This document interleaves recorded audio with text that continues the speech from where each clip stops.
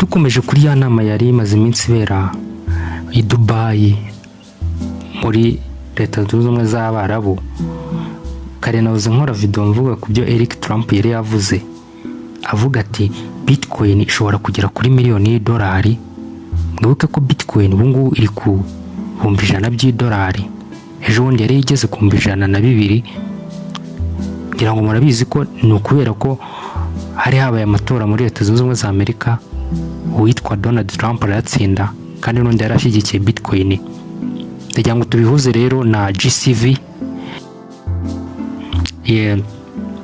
Ndikuvuga ngo GCV rero ino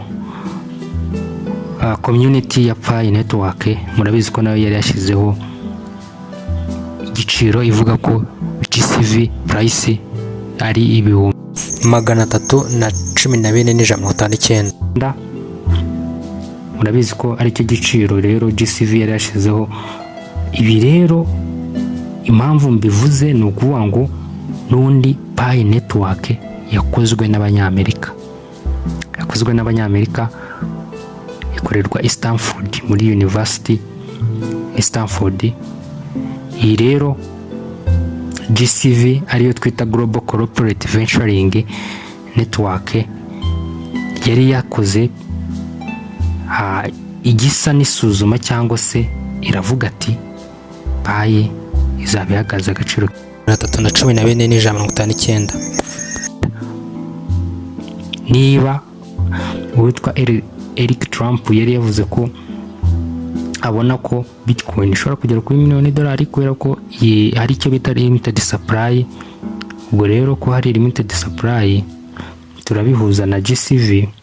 Turabizi ko ubu ngubu mining rate yari igeze kuri ku mining iminsi 3 ka mining 1p, ariko ubu ngubu bikaba bigenda bigabanyuka. Byari byahereye ku munsi umwe ka mining 1p, ariko bigeze ku minsi 3 ku mining 1p.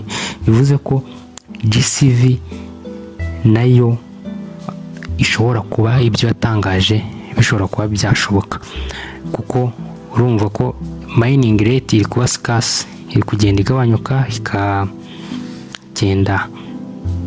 iba nkeya.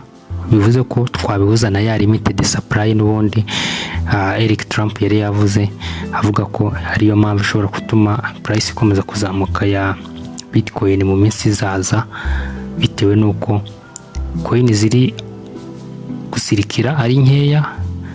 Tukabihuza n'abademand, abaguzi bahari ku isoko, tukavuga ko price rero ishobora gukomeza kuzamuka. Ubwo rero turahita tubihuza na ya P mining rate, aho mining rate igenda iba decrease mu gihe aba demand cyangwa se aba community members bagenda biyongera. Ubwo rero icyo nicyo kintu gishoboka ko ira price iratangazwe na GCV nayo ishoboka ko yagerwaho.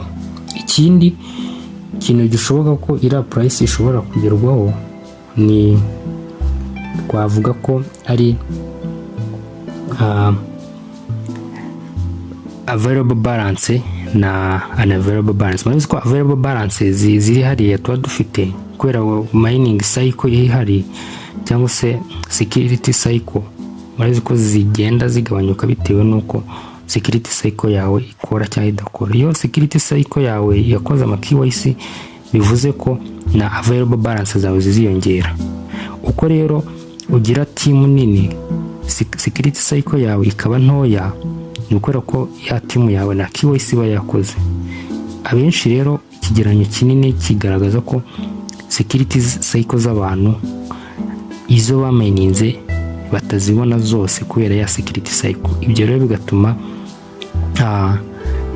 total supply yari igenewe, n'uvuga ngo niba barakoze wenda total supply runaka, deni izo abantu bafite zikaba atari zo bari kuhabwa, bivuze ko ya total supply izagabanuka, deni price izamuke. Ngibyo rero ibintu bishobora gutuma price ya GCV nayo ishoboka, tugendeye ku byo Eric Trump yavuze avuga bya limited supply kuri BTC, tukabihuza n'izo fact ebyiri mbabwiye zo kuri Pi. Ubwo rero muze komeza kugerageza improve security cycle zanyu kugira ngo namwe available balance ikomeze izamuke. Murakoze.